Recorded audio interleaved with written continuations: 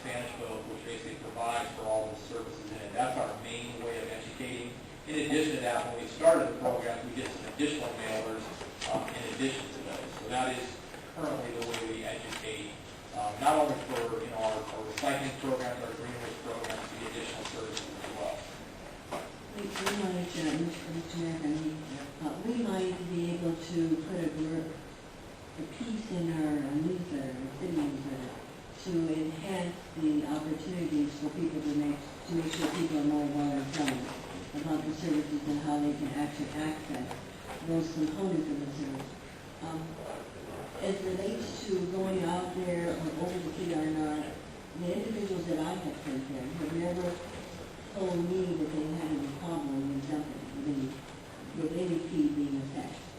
However, if they do go to the landfill, and unfortunately there is still some old habit that we have, and landfill is where we used to go.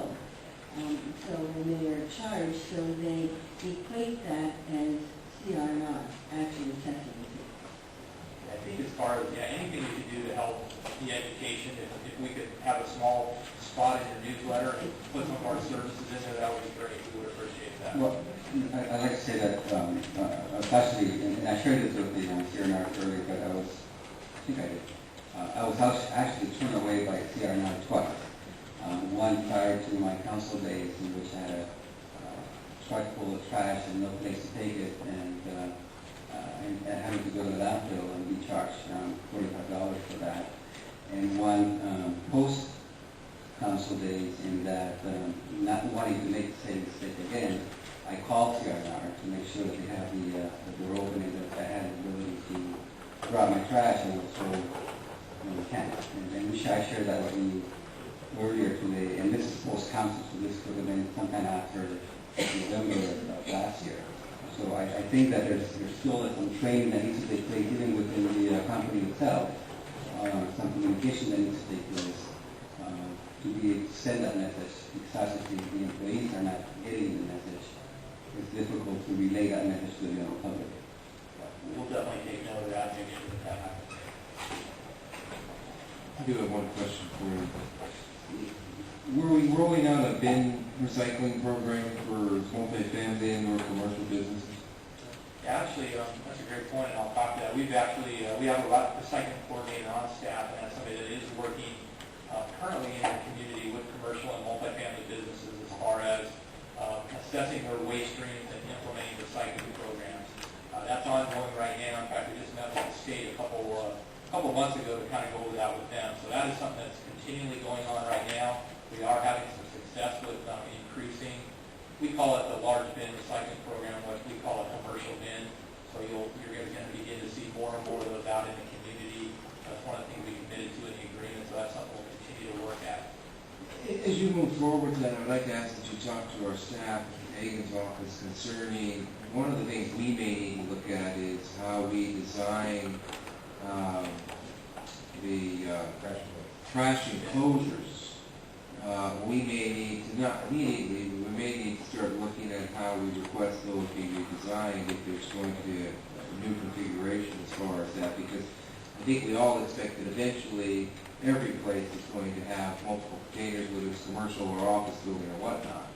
And of course, we're not designing our trash enclosures, I don't think, effectively handle that. Maybe we are. Maybe you've got a compartmental bin that you're working with. But that's something I think as you move forward with that, you might want to talk to city staff, because as projects come online, we might be able to get that out front to prospective developers of projects at the front side before they get into the situation. It's getting really difficult to locate these trash enclosures. They really are, because of the space demands for parking and electrical and everything like that. So I think it's something you might want to work with staff, at least advise us of where you're coming. We may need to look at it to see. Sure. I think most of what we're seeing today is typically a 2-bin enclosure, which does allow for recycling bin, but we'll certainly get together with your staff. And I don't think we have a 2-bin enclosure requirement. We don't have a specification. We actually do have some specifications. And we need to be aware of it just so that we help people out. Okay, at this point, can I open the public hearing then? Okay, I'll open the public hearing and ask for any comments in regard to this item. Okay, seeing none, I'll close the public hearing, bring it back to the council. I'm looking for approval of resolution number 08. Anyone? Resolution, City Council, City of El Centro, rescinding resolution number 0772 in its entirety and re-establishing rates for the collection, transportation, recycling, processing, and disposal of solid waste in the City of El Centro. Second. Motion by Walker, second by Sanders. Ballot, please. Motion carries 5-0. Okay, we're going to do item 10, and we're going to take a short break. So we'll do discussion and necessary action regarding the release of billing responsibilities of commercial customers and multifamily customer accounts directly to CR&R. So, you need a report? Anybody want a report? Unless you feel comfortable giving it. It's a question of whether you Do I need it to make the motion or to second the motion? No. Okay, and we'll waive the report. We have a motion to approve resolution number 0872, resolution of the City Council, City of El Centro approving an amendment to the agreement with CR&R related to solid waste management service. Motion made by Silva, we have a second by Sanders. Discussion.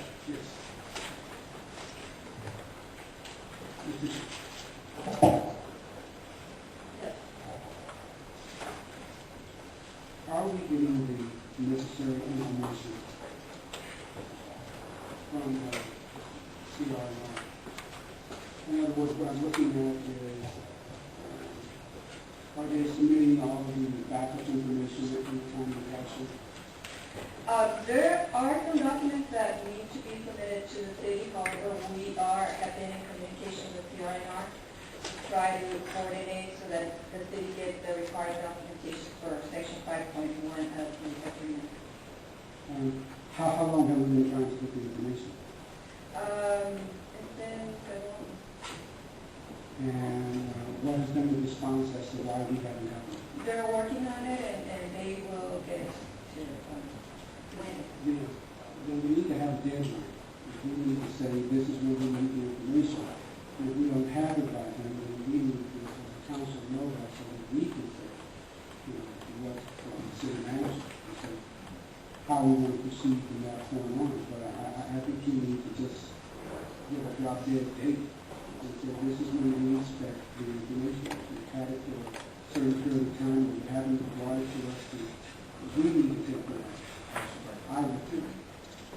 Would they be considered, Mr. Hernandez, would the vendor be considered in breach of the agreement if they were not providing reports in a timely manner? I'd have to review the agreement. I'm not that familiar with the terms of the detail of it, so it may or may not be hard to say without looking at specific provisions.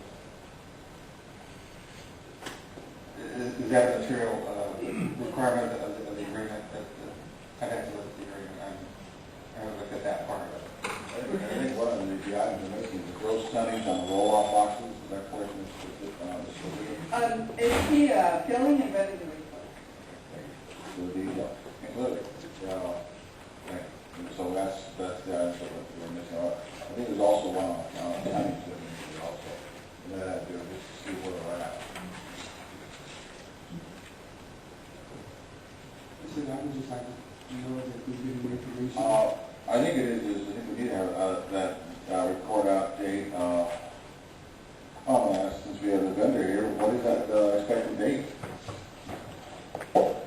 Just looking at an arbitrary date.